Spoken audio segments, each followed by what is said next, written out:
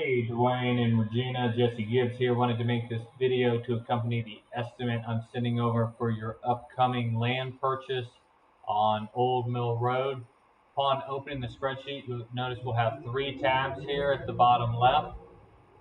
We'll walk through the first tab here and then talk about our different options. Starting at the top left, we have some basic information, your names, the property address. This is a placeholder. We know this is a vacant lot that we're going to build our primary residence on, so that's why you see it indicated as such. We've got a sales price of $230,000. We got a 20% down payment or a loan to value of 80%, and that gives us a down payment of $46,000. For option one here, offering a 4.375% interest rate on a 1-1 ARM, meaning that every year this rate will adjust to the index. Now we are expecting rates to stay fairly consistent for the next year or so. We just want to make sure we're on the same page. Scrolling on down on the left-hand side under loan costs, the origination fee, that's associated with that rate. So rate and cost are inverse functions of one another. You could think of them like a seesaw. So the lowest rate will come with the highest cost, and that's what we have here. And then we have a flat $9.95 administration fee. These two fees are the only fees that the bank collects directly. Moving on down, we have third-party fees we're going to pay out throughout the process, including your credit report and appraisal. The attorney's fees are estimates based on the transaction. We're going to get finalized fee directly from the attorney that you have indicated on the sales contract. So understand that we expect these to change. Government and state fees, these are standard fees for the transaction. I don't have any influence over these, and we will finalize everything with the attorney as well. We do have our closing date of January 22nd. I am starting us an escrow account.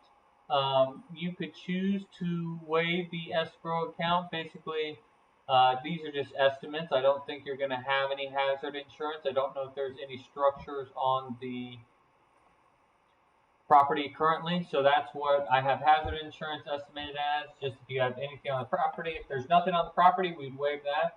And then again, we don't have to really collect for any property taxes. If you'd like to waive escrows, please just let me know. Per diem interest is based on our interest rate, loan amount, and closing date. So depending on our final selection of rate, this will update accordingly. And then again, the hazard insurance is estimated. If there's no structures on the property, it's not required. So you would expect everything to be about $700 less. We do have an estimated monthly payment here. Here's our principal and interest. That's what we're really worried about right now as far as this land purchase, because we don't expect hazard insurance and property taxes will be minimal. Now, if we close you in January, you're not going to make your first payment until March 1st. And here you see a kind of breakdown of the transaction. We see a sales price, closing costs, estimated escrows. Again, with the hazard insurance being removed, we'd expect this to be about $700 less. So we see our total cost here, our loan amount, your earnest money as a deposit. So you'll notice if I remove this earnest money, remove that too,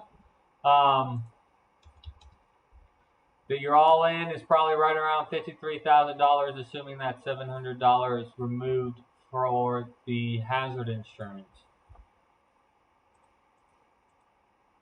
And then FW2 is going to be the same loan, except I go with a higher rate of 4.75%.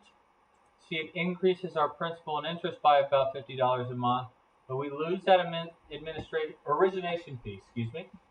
If I were to push you in one direction, Dwayne, it would be to go with option 2. The monthly savings won't catch up with the upfront cost for several years. So assuming you're going to start building in the next 2 years, definitely we would want to go with FW2 or option 2.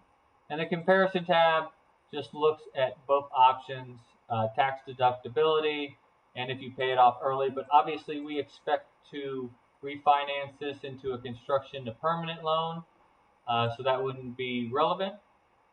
Hope you found this video helpful, Dwayne. Feel free to reach out if you have any questions. Otherwise, I look forward to working with you. Take care.